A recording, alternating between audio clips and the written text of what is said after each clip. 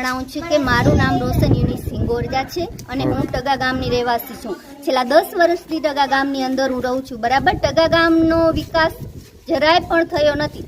ટગા ગામની પરિસ્થિતિ આવીને આવી છે.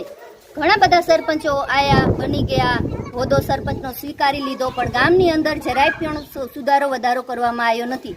અત્યારે તમે આ સ્કૂલનું વાતાવરણ જોવામાં આવે તો ભૂતકાળ સમયમાં જે થઈ ગયું તે થઈ ગયું. અત્યારે હાલના વર્તમાન સમયમાં એવી પરિસ્થિતિ આ ગામની છે કે ગામની અંદર સ્કૂલની અંદર બાળકો અભ્યાસ કરી શકતા નથી. ચોમાસાની અંદર બાળકો 2-3 મહિના સુધીનો તેમનો અભ્યાસ બંધ રહે છે અને નાના મોટા એવા આંચકાઓ કે કુદરતી કોઈ પણ અડચણ આવી ઊભી રહે તો ઘણા બધા બાળકો સ્કૂલની અંદર દટાઈ જાય એવું છે. કેમ કે સ્કૂલનું બાંધકામ બરોબર વ્યવસ્થિત થઈ નથી રહ્યું. બરાબર, અત્યારે ગ્રાન્ટ જ્યારે બી ગ્રાન્ટ સ્કૂલની મંજૂર થાય છે ત્યારે ગ્રાન્ટ પાછી મોકલી દેશે. નથી જમીનનો કોઈ એવો પડતર જમીન ઉપર અમુક લોકો કબજાઓ કરીને બેઠા છે, તો એ લોકો જે પડતર જમીન છે ત્યાં સરકારી સ્કૂલ બનવી પડે, પણ તે લોકો સ્કૂલ બનવા દેતા નથી પડતર જમીન ઉપર. અને બીજી બાજુ જોવા જઈએ તો તળાવની અંદર જે પશુ પક્ષીઓ છે તેઓને પીવા માટે કોઈ પાણી એવું મળતું નથી સારું.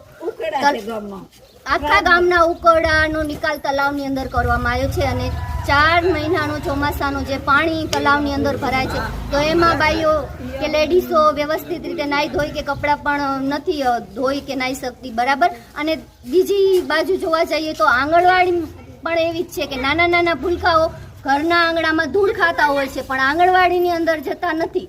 કેમ કે આંગણવાડી વ્યવસ્થિત રીતે ચાલતી નથી. આંગણવાડીમાં પણ આવી પરિસ્થિતિ છે ગામની અંદર. અને આ જે સરપંચ બન્યા છે તેમણે પોતાના ઘરનો સુધારો કર્યો છે, ગામનો જરાય પણ વિકાસ કર્યો નથી. ગામની અંદર જોવા જઈએ તો સરકાર હાથી મૂકે છે, જનતા સુધી ઉંદર કરીને પહોંચતું નથી.